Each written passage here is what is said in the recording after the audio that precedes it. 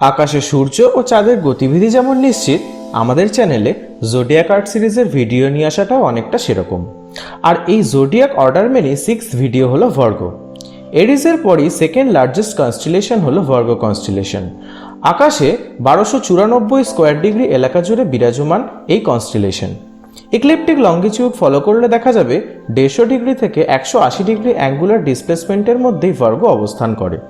মূলত +80 ডিগ্রি থেকে -80 degree southern হেমিস্ফিয়ারে একে দেখা যায়। ল্যাটিন ভাষায় এই রাশির অর্থ হলো ভার্জিন, বাংলায় একে বলা হয় কন্যা রাশি। চলে আসা যাক নিকটবর্তী অবস্থানরত কনস্টেলেশনগুলোর দিকে, যারা হলো কোমাবেরেন্সিস, কর্নাস, ক্রেটার, হাইড্রা, লিও, লিব্রা, সার্পেন্ট ক্যাপার ইটিসি। ভার্গ হলো একমাত্র কনস্টেলেশন যেখানে 20টিরও অধিক স্টারকে শনাক্ত করা গেছে খুব স্পষ্টভাবে। তাদের মধ্যে উজ্জ্বলতম হলো স্পাইকা আলফা ভার্জিনিস, যার অ্যাপারেন্ট ম্যাগনিটিউড হলো 0.98। তাহলে বোঝাই যাচ্ছে এটি কতটা স্পষ্ট এবং কতটা উত্তাপযুক্ত।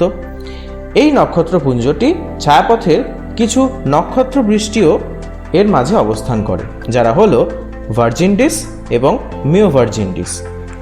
ভার্গ কনস্টেলেশনের সাথে 11টি মেসিয়ার অবজেক্টস যুক্ত: M49, M58, M59, M60, M61, M84, M86, M89, M87, M90, M104।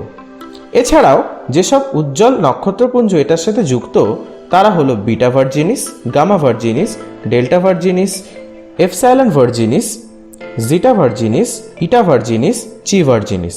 এছাড়াও রয়েছে অনেক স্টার ক্লাস্টার্স যাদের সংখ্যা 13,000 গ্যালাক্সিজ। অবাক হওয়ার মতন কিছুই নেই, এটাই সত্যি, যা অ্যান্ড্রোমেডা গ্যালাক্সিকে ইনক্লুড করা হয়। বর্তমান রিসার্চ রিপোর্ট অনুযায়ী butterfly galaxy, lenticular galaxy, elliptical galaxy এবং 3C273 এর মতন উজ্জ্বল গ্যালাক্সিও এই কনস্টেলেশনের সাথে যুক্ত। NGC 4261 এর মধ্যে সুপার ম্যাসিভ ব্ল্যাক হোলও পাওয়া গেছে 400 সোলার মাসের সাথে। এগুলো মূলত ডিপ ক্লাস্টার অবজেক্টসের মধ্যে পড়ে। Western astrology with classical elements অনুযায়ী আর্থ বা ভূমি এই ট্রিপ্লিসিটি ক্যাটাগরির মধ্যে পড়ে ভার্গ কনস্টেলেশন, যার দুটো উপবিভাগ হলো ড্রাই অ্যান্ড কোল্ড। এই রাশির অধিপতি গ্রহ হলো বুধ। সোজা কথা, খালি চোখে লবসাইডেড বক্সের মতন কোনো কনস্টেলেশন দেখলেই বুঝবে এই ভার্গো মার্কুরিয়ান চেন এই দুটি সেপারেট চেনের মাধ্যমে ভি শেপে গ্যালাক্সি তৈরি করেছে। 22 আগস্ট থেকে সেপ্টেম্বরের মধ্যে জন্মগ্রহণকারী মানুষরাই এর প্রতিনিধিত্ব করে। ডরোথিয়ান সিস্টেম ফলো করলে ওয়েস্টার্ন অ্যাস্ট্রোলজির ক্লাসিক্যাল এলিমেন্টস অনুযায়ী ভার্গো রাশির ক্লাসিক্যাল এলিমেন্টস হলো এয়ার, দুটি উপবিভাগ হলো hot and wet. Traditional astrology মানলে আবার অন্যরকম।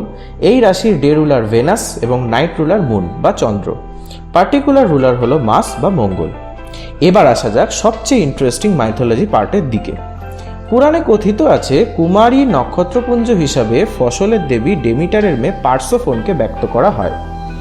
বিখ্যাত গ্রিক মাইথোলজি অনুযায়ী পাতালের দেবতা বসন্তের উজ্জ্বল দাসী পার্সোফোনকে অপহরণ করেছিলেন, তাই অনন্তকাল জুড়ে একবার পৃথিবীতে বসন্ত বিরাজ করেছিল। তাই পাতালের দেবতার সেটা সহ্য হয়নি। নিজের সন্তানের অপহরণের জন্য তার মা ডেমিটার এতটাই দুঃখে পড়ে যান যে তিনি ফসল ও উর্বরতার দেবীর ভূমিকা ত্যাগ করেছিলেন।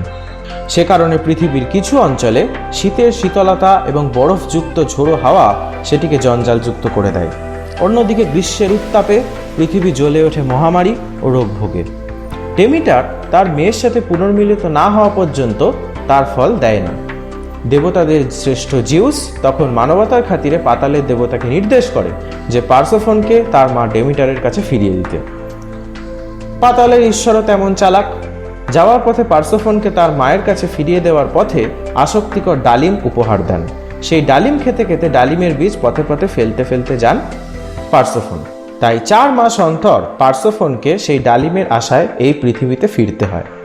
যখন ডেমিটারের সাথে পার্সোফোনের পুনর্মিলন হয় তখন আসে বসন্ত, আর যখন নেশার জন্য পাতাল লোকে যায় তখন গ্রীষ্ম বা শীত চলে উত্তর বা দক্ষিণ গোলার্ধের অপোজিট ওয়েতে। তাই ভার্গ কনস্টেলেশন যখন সন্ধ্যার দিকে দিগন্তের ওপরে থাকে তখন উত্তর গোলার্ধে বসন্ত, শীতের শেষ, এবং দক্ষিণ গোলার্ধে শরৎ এবং শীতের প্রথম সন্ধ্যা সৃষ্টি হয়। তাই এইভাবে দুই গোলার্ধে মাথার ওপরে থাকা অবস্থায় কনস্টেলেশন বসন্ত ঋতুর আগমন ও প্রত্যাগমন হয়। অন্যদিকে আরও একটি কাহিনী রয়েছে। কুমারী নক্ষত্রটিকে গ্রিক ন্যায়ের দেবী হিসেবে তুলনা করা হয়। ডাইক ছিলেন ডিউক ও গ্রিক টাইটানের থেমিসের কন্যা।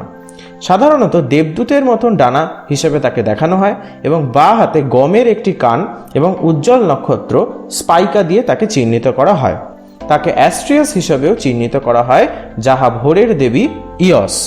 গ্রিক পুরাণে মানুষ স্বর্ণযুগে বাস করতেন। মানুষ জানত না গ্রীষ্ম, বর্ষা, বার্ধক্য, জরা কি জিনিস। তাই জিউসের পুরাতন ভবিষ্যৎবাণী পূরণ করার জন্যে এবং ন্যায় বিচারের জন্ম ও মৃত্যুর আবর্তন ও প্রত্যাবর্তনের জন্যে রূপালী যুগের সূচনা হয়েছিল। ডাইক জাতিকে বক্তৃতা দিয়েছিলেন কিভাবে বসন্ত পেরিয়ে আসে গ্রীষ্ম, বর্ষা, মৃত্যু, জরা। তাতে মানবজাতি রুষ্ট হওয়ায় ব্রোঞ্জ ও আয়রন যুগের সূচনা হয় এবং মানুষের নিজেদের মধ্যে লড়াই শুরু করলে দেবী ডাইক পৃথিবী ছেড়ে চলে যান এবং আকাশে ভার্গো কনস্টেলেশনে জন্ম হয়। ভার্গোর অধিকারী মানুষেরা খুব রোম্যান্টিক এবং সেন্সিটিভ টাইপের হয়, যদিও তারা কখনো সেটা শো করে না।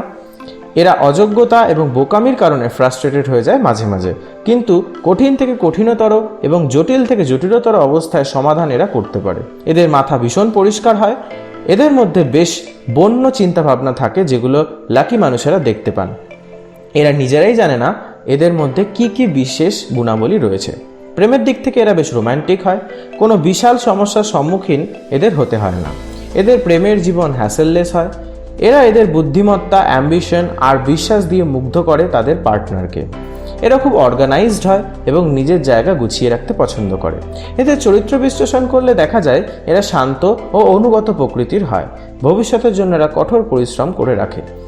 Michael Jackson, mother Teresa, Ronaldo, Leo Tolstoy, Bhagat Singh, Narendra Modi, Radhakrishnan, Faraday, John Dalton, Rutherford, Pavlov, Chris Gayle, Lasith Malinga প্রমুখ ব্যক্তিরা এই রাশির প্রতিনিধিত্ব করেন।